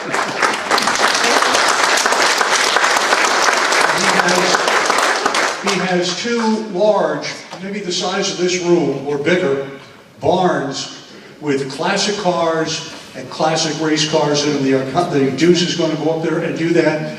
People are invited to go in. There's no charge. There is an honor box if you want to leave some money in the box to help support what he does there. But it's just a tremendous visit at Bentley Saloon. He has a lot of classic car shows, motorcycle shows, entertainment with music and everything like that. You could pay me like No, so that car is going to be up there, what, for the entire rest of the year? Yes, Chris told me we could keep it till the end of the year, and we're looking forward to it, and I'm sure a lot of people are going to love to see it because it was such a great race car, and it just did so much with, you know, different drivers in it and winning races and all that stuff. So I'm just very, very proud of him that he let us have it, that he got it restored by Doug, and a lot of other guys helped restore it, and it's just an honor to have it. What about, you've got, mentioned a couple of other cars you got there. I got the 61 Junior, then there's a replica of a 49 Ford that I drove in 61, I think I won a championship with it. I look at a picture of me and I get standing with the checkered flag. What the hell happened to me now? But there was a lot of cars in there, a lot of race cars. President Bush was there once with his whole entourage, and the guy, he was in a wheelchair at that time, and the guy pushing him was his head PR guy. I said, we got to get out of here, and he's telling me we got to go like this, but he didn't want President Bush to hear it. And so President Bush says to me, what's over there? I said, oh, Model Ts and Model A Fords. I want to see them. He turns around to the guy, and the guy's going like this. It was just such an honor. He came to the saloon 3 times, he and Barbara Bush, and they were just wonderful people. And I got another cute little story too. We have, for some reason, there's some brassieres hanging in the rafters. So I'm standing next to Barbara, and President Bush was next to her, and luckily my girlfriend Lisa, who runs the place, was right beside me on the left side. And Barbara said, Bentley, I have to ask you a question in this beautiful English language. And she just spoke so eloquently. And I said, sure, Barbara, what? She said, how do the brassieres get in the rafters? And I say, and luckily Lisa pipes in. She said, oh, Barbara, some of the girls come in with 2 bras on, and they take, before Lisa said they take, Barbara said, oh gosh, I did not come prepared for the occasion. It was so quick. So witty. All right, Brandon, last thoughts from you. I don't know. I'd like to ask Bentley and Warren Ponium a question. So for me growing up, watching my dad race, like he made no mistakes at all. It was perfect. So I guess from another guy's perspective, there's 2 guys that race against him. Do you have any dirt that you can give me? Like Eddie Bellinger, what was that move? What was he thinking? Bentley and Warren. You're brave. No, actually, Eddie was very, very clean, a good racer, and I enjoyed racing. This is what you always say when you retire. You know, if it was like 1980 something, I say, what an asshole he was. No, he was always a good guy. Actually, everybody I raced with was wonderful. You had your heated moments of the day, and I'm sure Eddie had some with me because I remember him talking to me in funny ways, different ways. But no, we had our racing incidents because we both, like Brandon says and Allison says, everybody wants to win. You go there with one thing in mind. You want to pass the car in front of you, and if there's another car in front of him, you want to pass him. And that's what you're trying to do, so you get PO'd and people that are in your way. Even though they're not in your way, they're going faster than you. What the hell are they doing there? So that's about it. Okay. Dave, last thoughts from Brandon. You got more? No, I was just wondering if Warren Ponium had any dirt, maybe too. Maybe yes, maybe no. I bet he does. Want me to tell the story? Maybe you better. I'll tell the story. Because I'll tell the truth. Anyways, it was my two different times. One time, well, I take that back. Maybe it wasn't my fault. Well, here we are. We're up to Cuba. It was your fault. I'm running third, right? I'm running third. Well, at that time, back in those days, we always had a passive flag and everything. So here I am third. The race is going on. The passive flag's out. There's some lap cars in front of me. So I figure, well, you know, they're for us. Well, little did I know, he's leading the race, and he's behind me. He's ready to lap me, and I'm running third. Of course, I didn't get a good look at him or whatever, so I come out, clipped his front wheel, smashed his car with the shit. I felt that. Go ahead, Warren. And then, so I went down to the track and I was going to throw my helmet at him. He's in the cruise lap. I don't want to throw a $300 helmet at him. So I just threw my gloves for something to do. And Bentley comes in after the race and says, "Hey, you dropped your gloves there." And then he comes over and puts his arm around me and says, "Come on, let's go have a beer." Okay, Dave. Dave Danza, last thoughts on today. You're racing, anything? I'm just glad it was a good turnout. I mean, I love the stories. I mean, I love all history and stuff about racing, so this has been a pretty cool day. I'm glad I get to, you know, it's been a dream to sit up here with these type of people up here. I mean, people I looked up. I sat up in turn 4 for 20 years and just get to watch these guys race for all these years, especially 80s and 90s, so it's really cool. Eddie, last thoughts from you? You know what, just glad I got to be a part of it, been around it. My whole life, Oswego Speedway was just no regrets. Great place to go.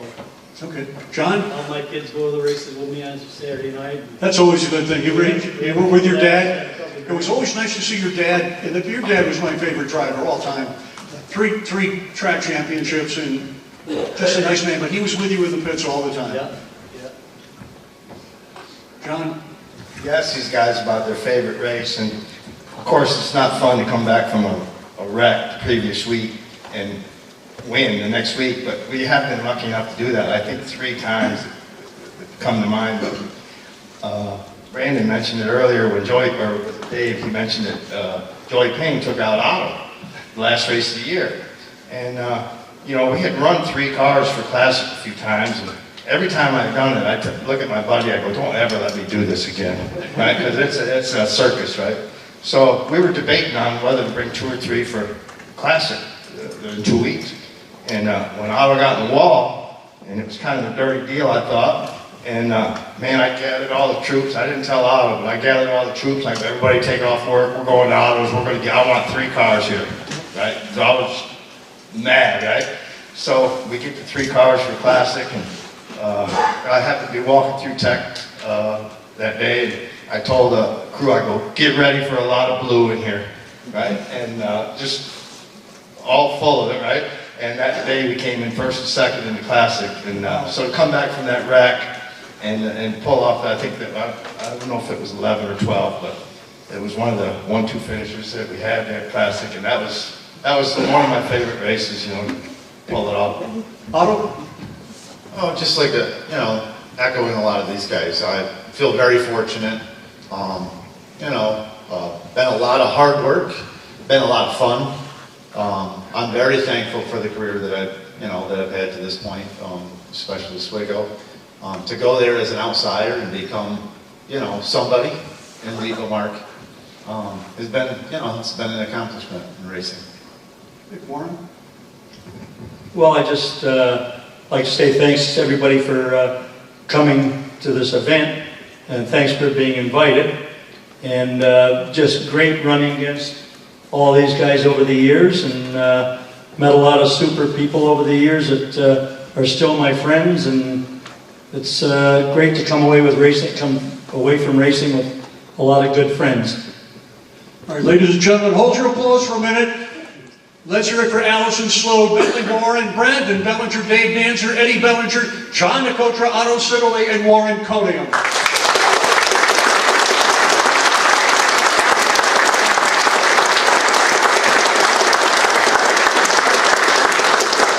Thank you for being with us. Make it to your favorite racetrack this year. Thank you.